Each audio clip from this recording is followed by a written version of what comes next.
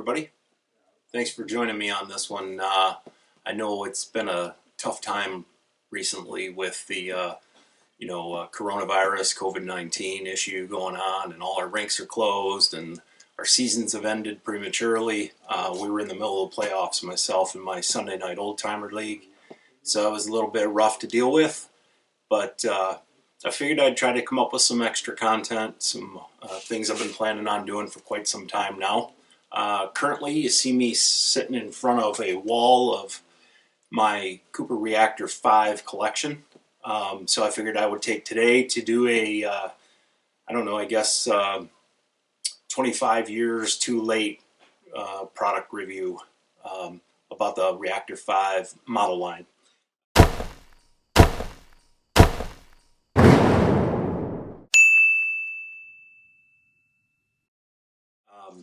Start off with the fact that Reactor 5s were introduced in 1994 and carried in the 95 catalog as well. This is the end of the life of the Cooper brand. In 1990, the Cooper brand was bought out by CanStar, which is the parent company of the Bauer skate line. CanStar ended up buying a bunch of model lines, a bunch of different brands anyway. They had Flak, Micron, Cooper. Bauer was a subsidiary brand, and a couple other smaller brands. In 1995, the transaction went through with Nike, where Nike bought out CanStar, absorbed all those divisions, and basically killed off everything but the Bauer brand name. They absorbed the Cooper gear models that they wanted to keep into the Bauer brand, made some minor changes, and it's all history from there.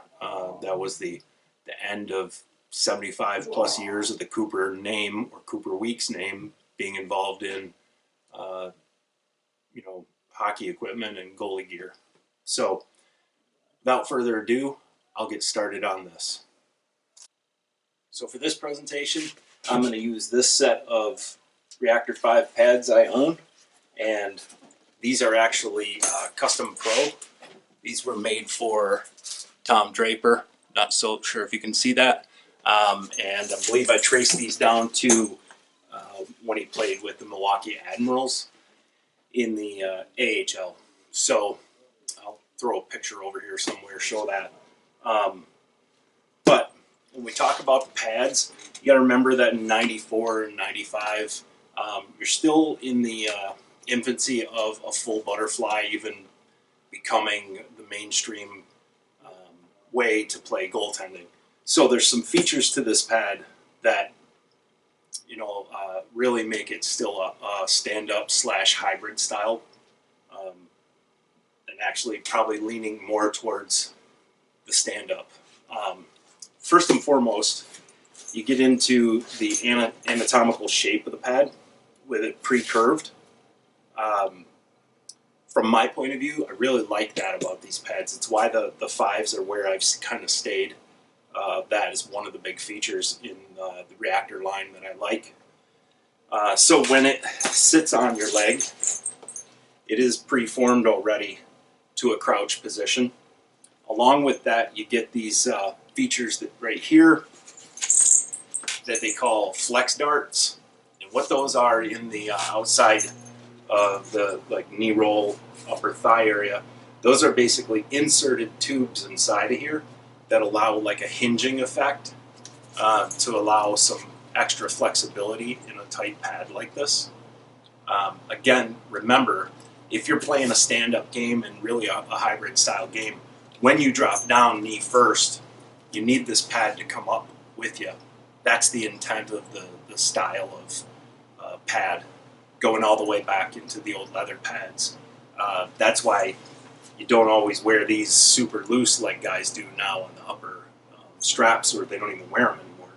So you needed that to have some tension to it, so that when you drop down that you'd bring that up. Otherwise, you'd be flat out and exposing the front of your thigh and your knee. Along with that, they have it's a pre-molded boot, so it's not like a straight pad with a brake that had to be worked in and broken in by your use. The pre-curved boot there really lets it fit well. I mean, one of the things they talk about in their marketing is the anatomical fit of this pad. And honestly, I really do like that about these pads. They feel like my legs when I go out on the ice. I don't feel like something's holding me back. Just previous to this, when you get into like the GP Pro pads, I have some over there, they're still really straight up and down and stiff. And you kind of feel like your thighs are rubbing when you walk down a hallway or whatever on the way to the sheet. Don't have that with these. You have rounded shin and knee rolls, and in '94 these pads are actually stuffed with deer hair and foam, so you still had a deer hair pad. I believe they weigh somewhere around the 7-pound mark each, might be 6.5 on average throughout the different ones I have. But the rounded rolls and the way it's stuffed are designed to kill a rebound. With this pad, you didn't want a rebound to shoot out to the corners or into the glass or over the glass. That was not the style of play. You wanted the rebound to hit, die, and you could cover it up or play it out with a stick if you were standing up.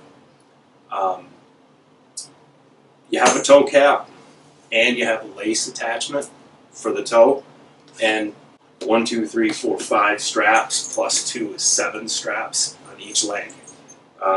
Again, in the marketing material, it's all about being able to secure this pad and the words anti-rotation. So then you get to the inside, and you have in the leg channel, you actually have like a calf wrap and a knee wrap, and they all came with a Velcro and elastic strap that locked over. These have been cut off at some point, and I will replace them eventually.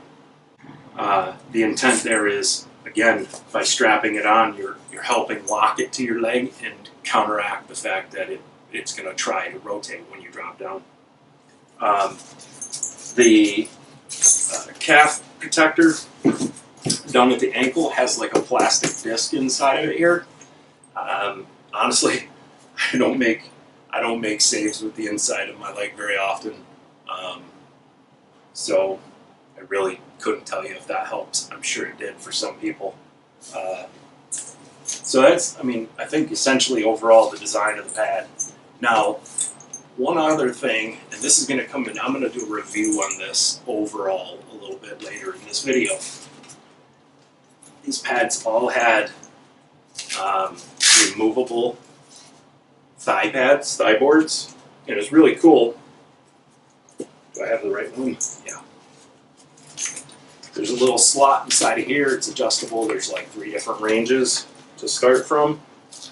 You slide this up through the Velcro, and then you attach it, and you can adjust that Velcro strap to change the height of this, as well as use a lower slot. So you also had your thigh boards that were removable. And again, that's going to be important a little bit later when I talk about some other parts. Moving on from there, we get into our trapper catch glove. I gotta be honest, it's probably one of my favorite of all the Cooper 90s gear. I would say maybe you call it the CanStar era.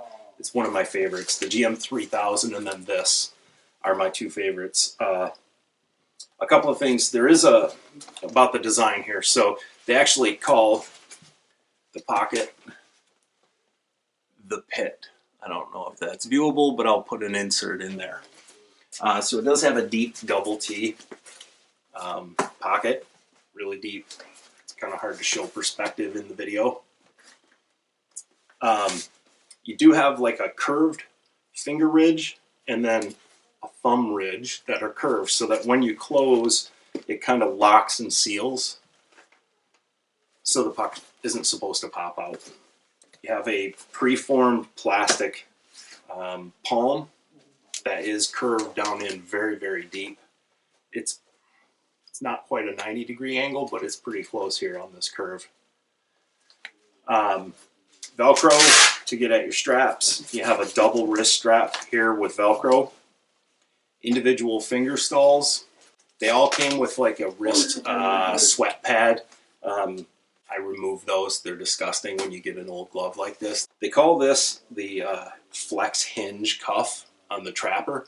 Another marketing weirdness about this model line is, again, I'll talk about more things, but this one is flex hinge.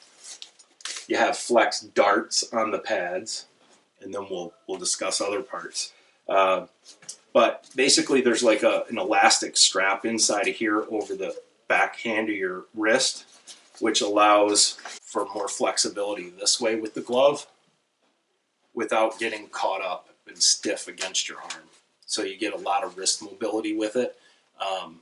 You have the adjustable thumb loop and the pinky loop. Essentially, that's the glove in a nutshell. I really like the Reactor 5 gloves. I have several of them. From there, move on to the blocker. Now again, this is what I was pointing out. So you had flex dart, and you have on this one, this is the part that really doesn't make sense to me. On this one, the cuff is called flex hinge. On this one, it's called flex form. Now this one I had to have repalmed.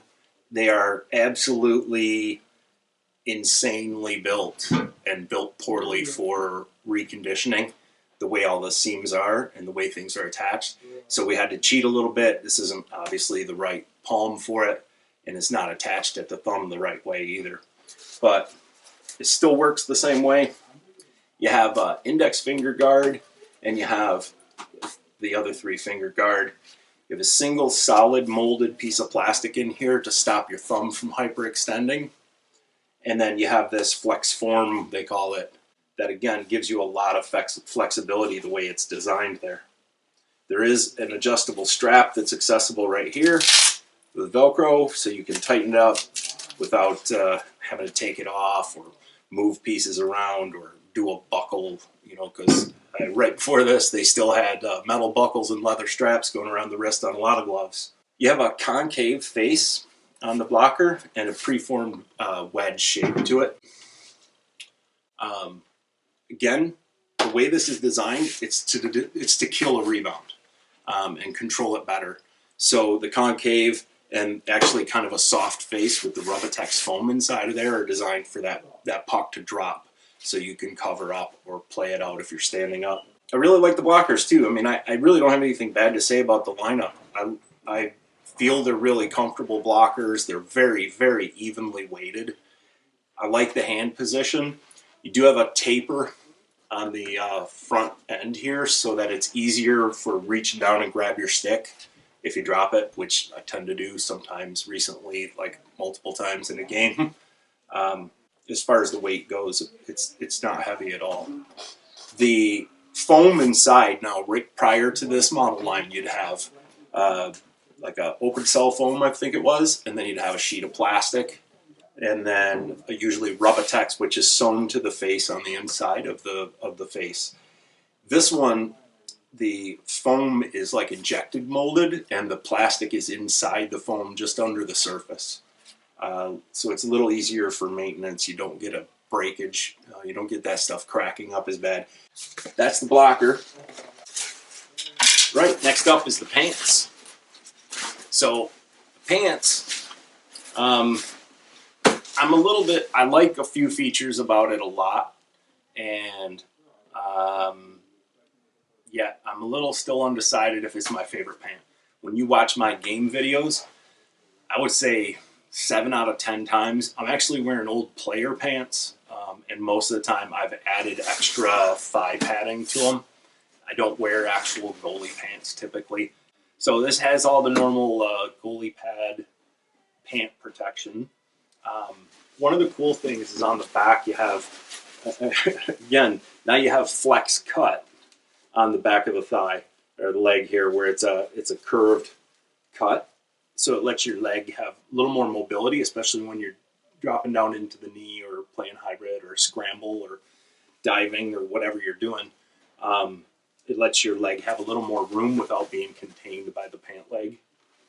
The pants also have attached thigh protectors with a Velcro strap, and you have belt and a lace. So, oh yeah, preformed. They're preformed pads on the thighs, so they hold a shape better. A lot of times, especially older ones I have, it's just flat. Everything's flat, and it takes time to break them in and curve them and get them to stay right. So overall, that's the pant. You do have elastic crotch area all the way from just below the lace all the way up to the back here. Again, just gives you more room to, for your body to move around inside. I'm going to come back to this again in just a little bit because there's something to talk about with that. Next piece of the whole package is the chest protector.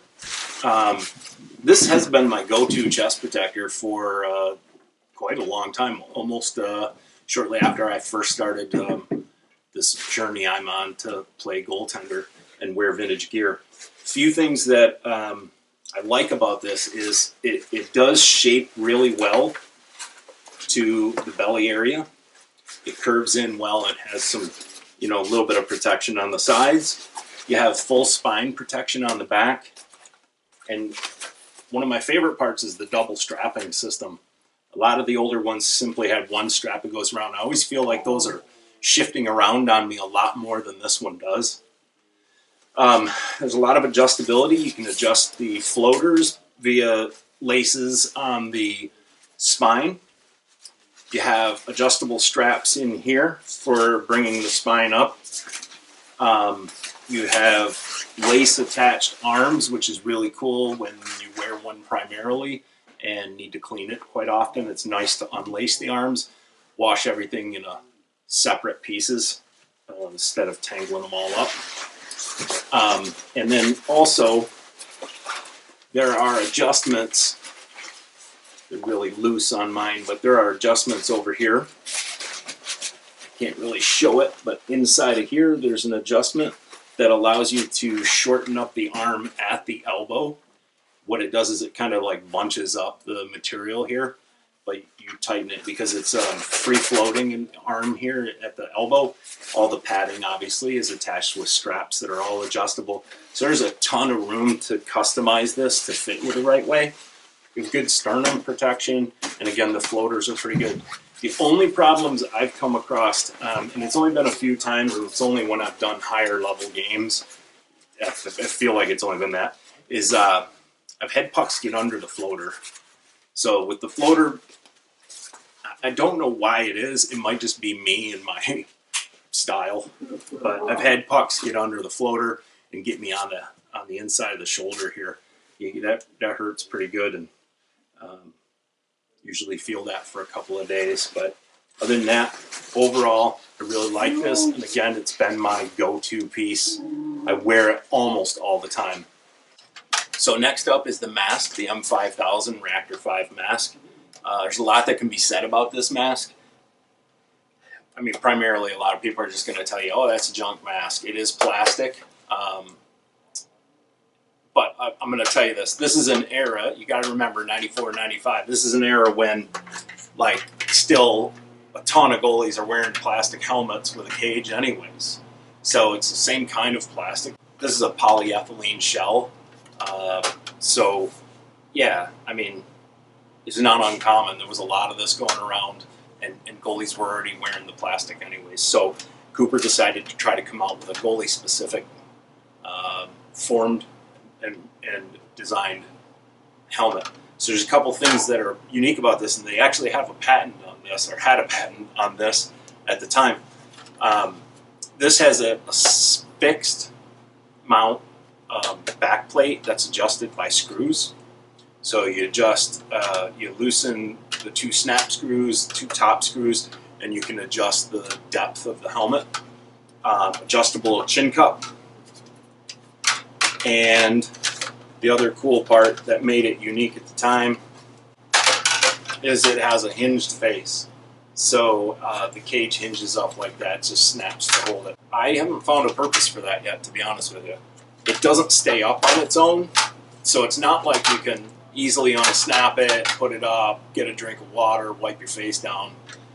And theoretically, for certification reasons, you would have to be wearing a neck strap too.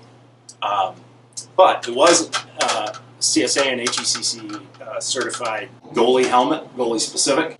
It never really caught on, I don't think. The other cool part about this is they came up with several different decal kits you could buy and install. Now, that was unique at the time because that would be a modification to the helmet. And so they actually got the decal sets certified, and it came with a sticker you were supposed to place on it that I didn't, that said the decal set was certified, which really seemed odd because you could have just used any, bought one decal set. Oh yeah, I have some new old stock sets of decals, but you could have bought this kit, did any decals you want, and then put their certification sticker on there, it seems like. So I don't know if that was really thought out that well at the time, but it was required. I worn this a couple of times. I don't really like the fit on this. I don't like how it fits me against the sides of my ears to my jaw. That being said, I've worn a lot of crazy face protection, head protection. This thing actually feels a little scary. Very thin wire cage, and the plastic does feel thin. It's not all that flexible, any more than a lot of the other stuff, especially when it's all assembled, but I do have it in my mind when I step out on the ice wearing this. Maybe it doesn't stick with me after the first few shots, but I don't wear it very often at all. That's the mask in a nutshell. Move to 1995. In 1995, they introduce knee pads. They fit kind of big, they fit kind of bulky, but they are quite protective, I feel. I wear them most of the time, if not all of the time, that I wear my Reactor 5 gear. Simply for the fact I like to wear a full matching set. It's always been my mission when I'm collecting something, is to, especially if there's a specific model line like this, I want to own the package that they would have sold it as in '94. This is where I get to this point of it. I said I was going to revisit some things. Remembering that I showed you the pads had adjustable thigh boards, and remembering that I showed you the pants have built-in thigh protectors, and remembering that I just told you they have these kind of bulky, large thigh and knee protectors, I've tried to wear the package, and I can't understand.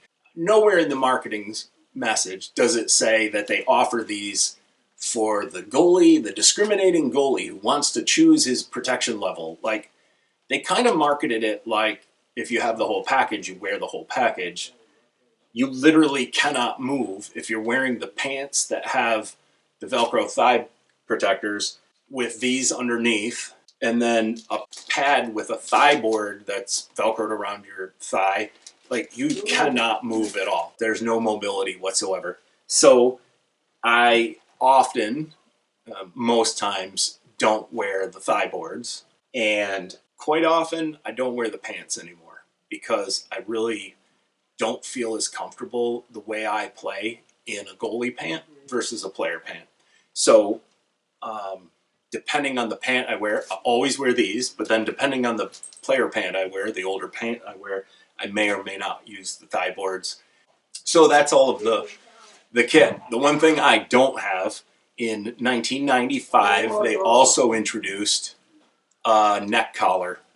Very, very, very similar to all of the current neck collars with the bib, the bit of the collarbone protection or sternum protection, whatever you call it. So it's the bib with the little collar.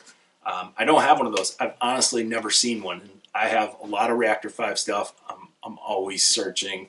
I'm always looking for that.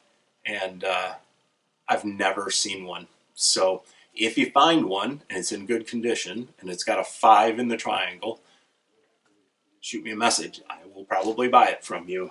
I don't care what color it is, as long as it's a senior size, not a junior size. So there's another piece that I have to talk about, and that is I actually own a legit Cooper Reactor 5 practice jersey, padded. This thing is crazy hot, but it is a good size goalie jersey. You got extra padding through here on your pectoral area, over your shoulders. Not much more than that. A little bit on the kidney rib area.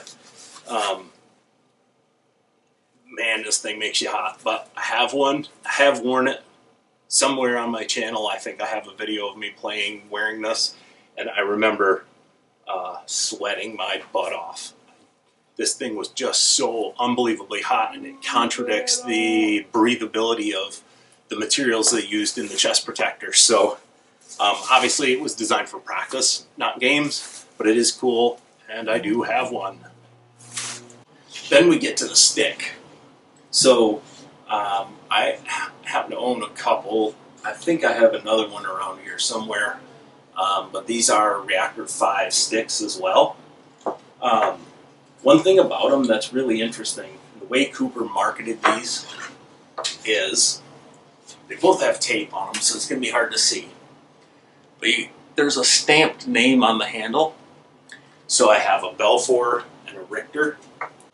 These sticks were actually marketed retail with the patterns with a rubber stamp effect name on the stamping.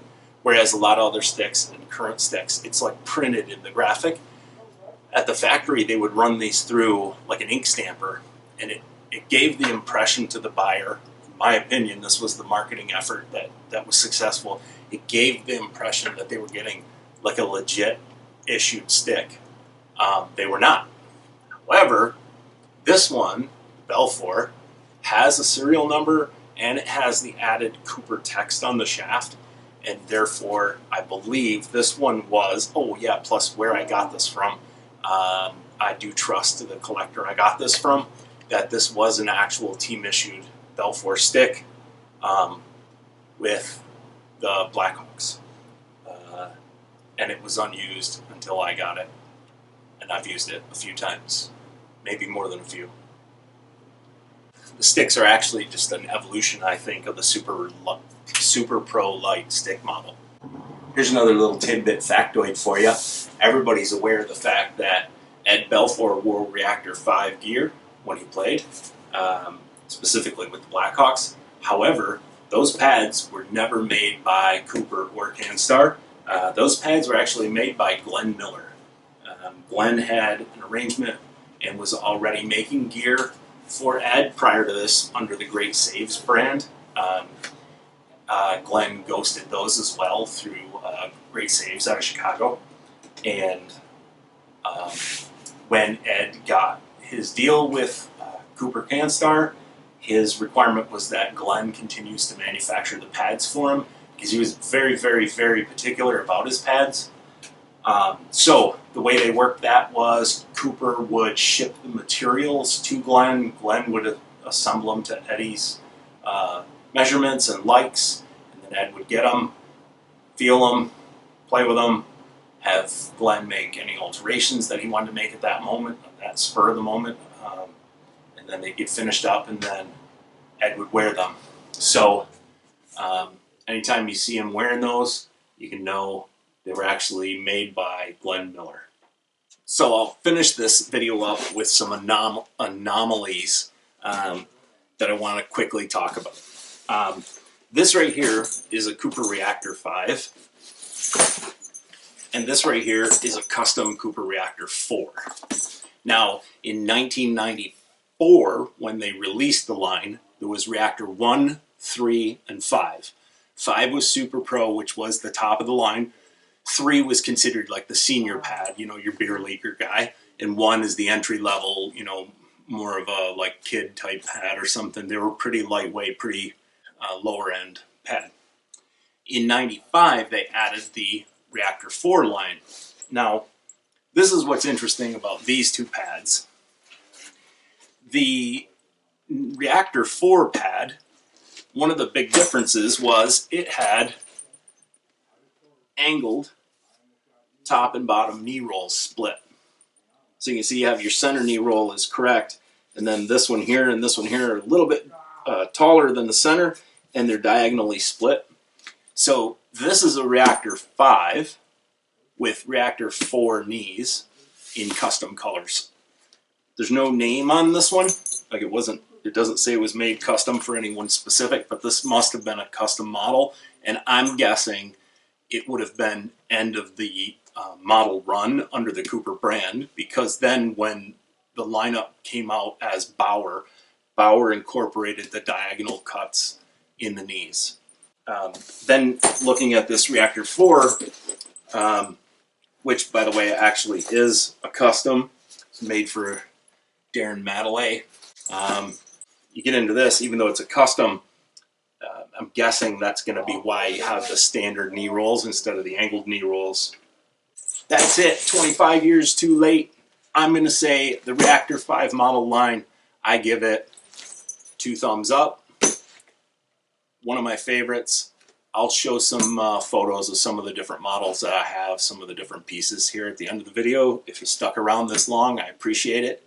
If you like the video, please make sure you hit that subscribe button and then the little bell icon so you get notifications when I post videos.